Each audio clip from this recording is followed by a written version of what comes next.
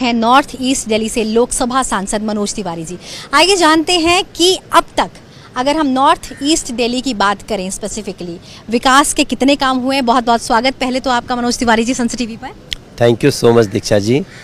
कार्य का ब्यौरा जानेंगे। वैसे तो एक लंबा कार्यकाल हो गया है, हैट्रिक आपको मिली थी और जनता ने आपको खूब प्यार दिया था, लेकिन स्पेसिफिकली अगर मैं इस टेन्योर की बात करूं, क्या आपके फोकस एरियाज रहे इस एक साल में? कितना काम किया उन फोकस एरियाज पर? इस साल हमारा एक सबसे बड़ा जो कार्य है, हमारे क्षेत्र को एक एलिवेटेड रोड दिया हमने, जो अक्षरधाम से निकल के और गीता कॉलोनी, शास्त्री पार्क, ब्रह्मपुरी, घोंडा, खजूरी, करावल नगर होते हुए वो बागपत, बड़ौत, शामली, सहारनपुर होते हुए देहरादून तक जाएगा, हरिद्वार भी। उससे हमारे क्षेत्र के ट्रैफिक कंजेशन का जो सबसे बड़ा समस्या था वो दूर हो रहा है। इसी सितंबर में, हो सकता है सितंबर के सेकेंड वीक तक, उस सड़क को हम खोल देंगे प्रधानमंत्री जी के हाथों से। लेकिन मेरा तो जब भी बात होगी पिछले 11 साल की बात होगी। जब मैं 2014 में आया था तो हमारे यहाँ जमुना पार एक अभिशाप माना जाता था कि जमुना पार जाना है मतलब ओहो अरे भाई, मतलब हम वो शब्द बोलना नहीं चाहते हैं जो लोग जमुना पार के बारे में बोलते थे। हमने उसका एक प्लानिंग करना शुरू किया। हमने प्लानिंग किया, हमारा सबसे पहले इंडिया गेट से नॉर्थ ईस्ट दिल्ली को अब 2-2.5 घंटे का रास्ता नहीं, इसको 25-30 मिनट का रास्ता बनाना है, और आज मैं बना चुका हूँ। हमारे क्षेत्र में मेट्रो नहीं आती थी, आज शिव विहार तक मेट्रो जाती है, और चौथे फेज का मेट्रो अब मौजपुर से निकल करके एयरपोर्ट कनेक्शन होगी। पूरा मौजपुर से निकल करके वजीराबाद, जगतपुर गांव, झड़ौदा, बुराड़ी, मजलिस पार्क से जोड़ देंगे, फिर एयरपोर्ट। तो अब हमारे क्षेत्र से भी लोग डायरेक्ट एयरपोर्ट मेट्रो से जाएंगे। आप सोचिए, हजारों गाड़ियां, उसकी ज़रूरत हमने ख़त्म कर दी। और इसके साथ साथ हमारे क्षेत्र में सेंट्रल स्कूल नहीं था। हमने पहले टर्म में एक सेंट्रल स्कूल किया, दूसरे टर्म तक उसको दे दिया। अब दूसरे टर्म में ही हमने तीसरे सेंट्रल स्कूल की बात की, आज उसका टेंडर हो गया है, अब वो बहुत जल्दी है। इसी टर्म में दूसरा सेंट्रल स्कूल करके तीसरे पे लग जाऊंगा, जो बुराड़ी में है। हमारे क्षेत्र में पासपोर्ट के लिए लोगों को कहाँ कहाँ जाना पड़ता था, अब हमारे जमुना विहार में पासपोर्ट ऑफिस है।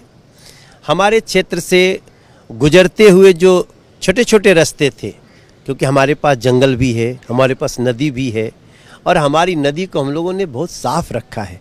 आप सोनिया विहार, वजीराबाद बैराज के ऊपर जब जाएंगे तो आपको एक बार उसमें स्नान करने का भी मन करेगा। अभी वहाँ हम जेटी चलाने जा रहे हैं। तो ये सारी चीज़, रिवर फ्रंट बना रहे हैं, ये सब कुछ हमने उस क्षेत्र में किया जिसको लोग कल तक एक हे दृष्टि से, लोअर दृष्टि से देखते थे। लेकिन अब उस क्षेत्र में लोगों का रहने का घर अच्छा अच्छा बन रहा है। आपके पार्लियामेंट में काम करने वाले 80% लोग हमारे क्षेत्र में रहते हैं। तो ये एक बहुत बड़ा कार्य हुआ है जिसमें नरेंद्र मोदी जी का बहुत बड़ा आशीर्वाद है। लगभग 3 बार से जनता आपका साथ दे रही है। तीसरी बार शुरुआत हुई बिल्कुल, है, तीसरी बार की शुरुआत हुई है, और आपने कहा कि कई फोकस एरियाज पर काम हो चुका है। निश्चित रूप से काम हो रहा है, इसलिए जनता साथ दे रही है। ऐसे में भविष्य की योजनाएं क्या है आगामी? अगर मैं आने वाले वर्षों में मैं जानना चाहूँ, उत्तर पूर्वी दिल्ली का रूप कैसा बदलेगा? और अब तो राज्य में भी भाजपा की सरकार है, ऐसे में रिवर फ्रंट बनाने की जो आपने कहा योजना है, कब तक हम देख पाएंगे ये बदला हुआ रूप? कितना समय और इंतजार करना पड़ेगा? या ये कहें कि अगले आने वाले वर्षों में उत्तर पूर्वी दिल्ली, अगर मैं फोकस करूं, कैसा रूप होगा दिल्ली का? मुझे लगता है कि उत्तर पूर्वी दिल्ली अगले 10 साल में, मैं पूरा कैलकुलेशन के साथ बताऊं तो अगले 10 साल में दिल्ली के one of the best colonies उसके पास होंगी। जब हम ग्रेटर नोएडा और गुरुग्राम के तरह इस मास्टर प्लान में बदलाव करके लोगों को मौका दे रहे हैं, क्योंकि ज़मीन हमारे पास है। आज भी जब हमारे क्षेत्र में आप बुराड़ी से आगे चलिए, मुखमेलपुर गांव के तरफ, हिरनकी गांव के तरफ, तो पाला बख्तावरपुर के तरफ, तो आपको सैकड़ों एकड़ लैंड है जिसका हम लोग बहुत अच्छी प्लानिंग कर रहे हैं, जो दूसरे की सरकार, लोकल गवर्नमेंट होने के कारण हमें वो करने नहीं देते थे, अब वो हम करके देंगे। तो आप समझ लीजिए कि ग्रेटर नोएडा की जगह ग्रेटर दिल्ली भी आपको देखने की मिल सकती है। ग्रेटर गुरुग्राम की तरह आपको यहाँ पे देखने को मिलेगा। दूसरा हमारा एक बहुत बड़ा प्लान है कि हम एक स्टेडियम लाना चाहते हैं, जो हम इसी 5 साल में शुरू कर देंगे।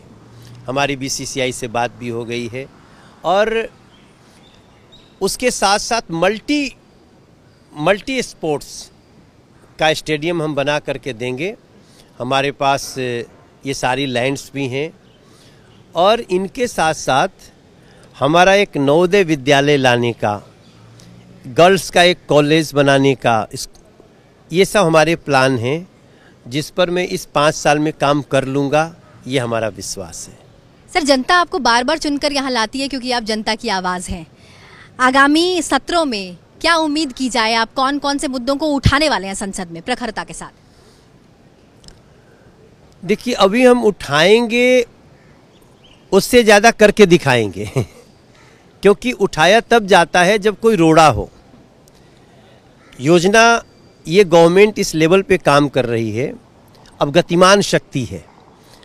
नरेंद्र मोदी जी ने गतिमान शक्ति शुरू किया है, मतलब सारे डिपार्टमेंट काम करने के लिए एक साथ लग जाते हैं।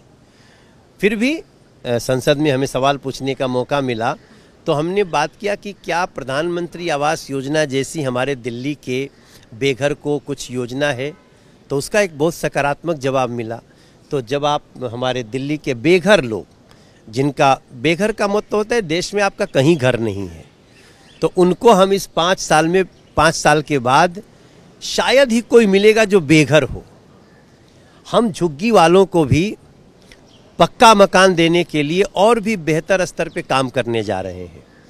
अभी तक क्या होता था कि हम जब झुग्गी वासियों को घर देने के लिए, अभी भी लगभग 5000 से ज़्यादा घर दे चुके हैं, तो हम क्या करते थे कि सरकार ही बना के देती थी, तो सरकार पे लोड आता था।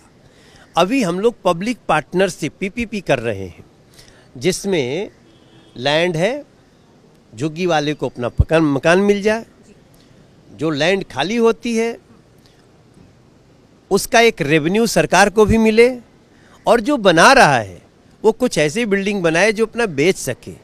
तो win win situation for everyone. अभी हम क्या कर रहे हैं कि हमारा पैसा भी लग रहा है बनाने में, झुग्गी वासियों को घर देने में सरकार का पैसा लग रहा है, उनको घर तो मिल जा रहा है, लेकिन अब सरकार आत्मनिर्भर होकर काम करे, क्योंकि लैंड है उस पर। जैसे ही हम FAR बढ़ा के ले जाते हैं, अभी देखिए हम 32 मंजिल एक झुग्गी वासियों कालका जी में घर दिया है, तो जैसे ही हम लोगों को ऊपर तक ले जाते हैं, हमारे पास बहुत सारा जगह बचता है।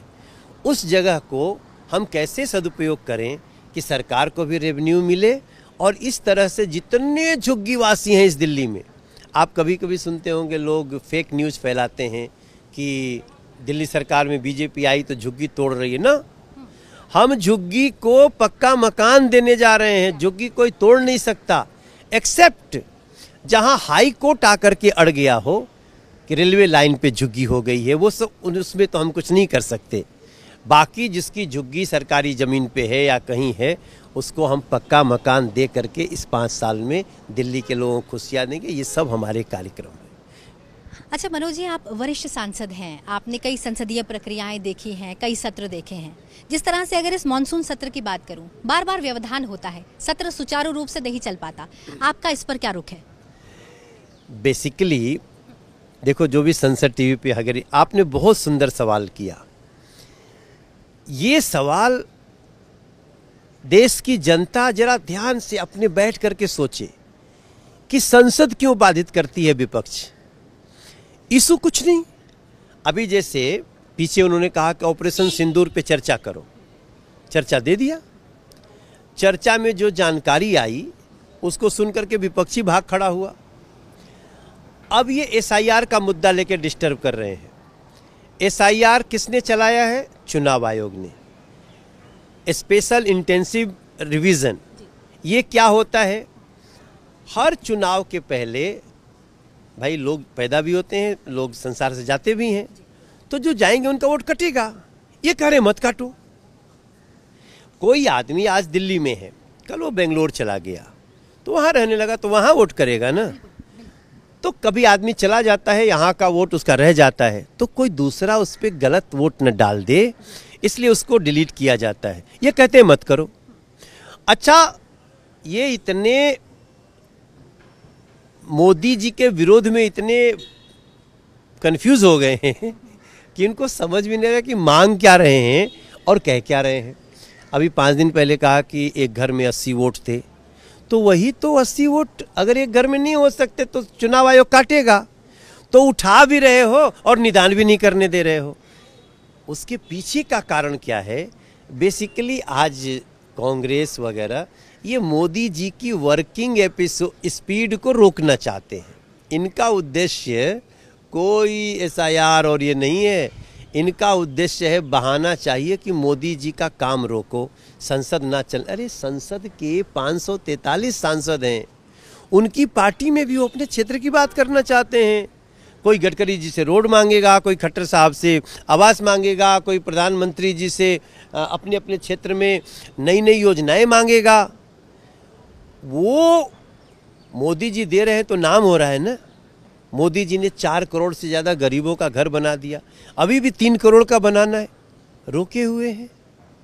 तो ये जो संसद में बाधा पहुंचाई जा रही है, ये सिर्फ और सिर्फ नरेंद्र मोदी जी की सरकार, एनडीए सरकार का स्पीड रोकने की कोशिश है। वरना राहुल गांधी जी जैसे लोग, इनको लोकतंत्र का सम्मान करना चाहिए। मगर ये कैसे करेंगे? इनका जन्म ही हुआ इमरजेंसी के पालने में।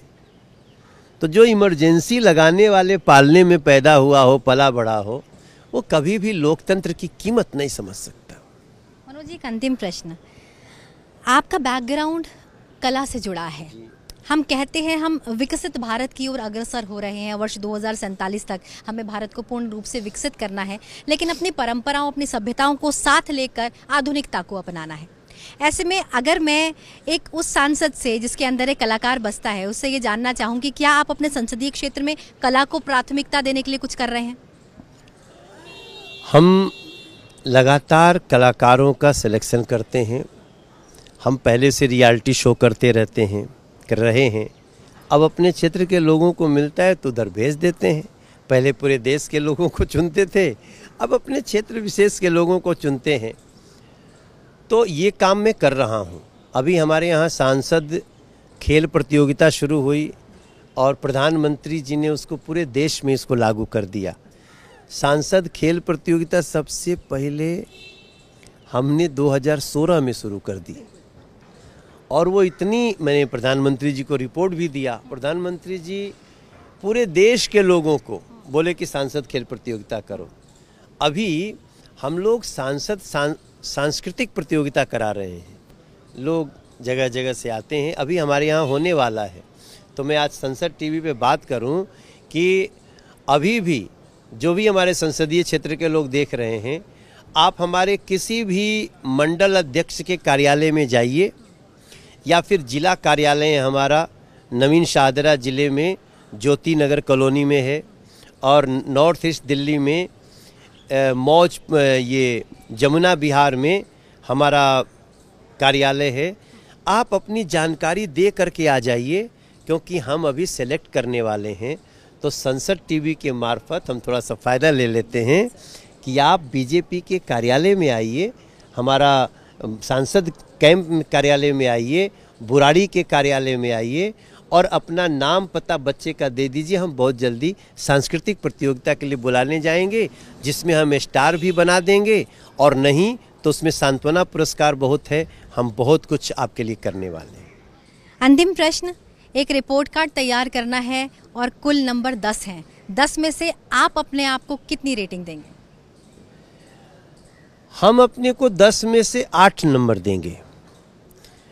2 नंबर इसलिए हम काटेंगे कि हम इसमें स्वीकार करते हैं कि स्टेट गवर्नमेंट की सहयोग के कारण हमारा बहुत सारा कार्य रुका हुआ था, लेकिन अब चूंकि सरकार बन गई है तो अब हम वो 2% भी अगले साल जब हम आपसे बात करेंगे तो हम 10% देने के लिए खड़े रहेंगे। मगर हम ईमानदारी से बताएं कि हम अभी 10 में 8 के साथ ही खड़े हो सकते हैं।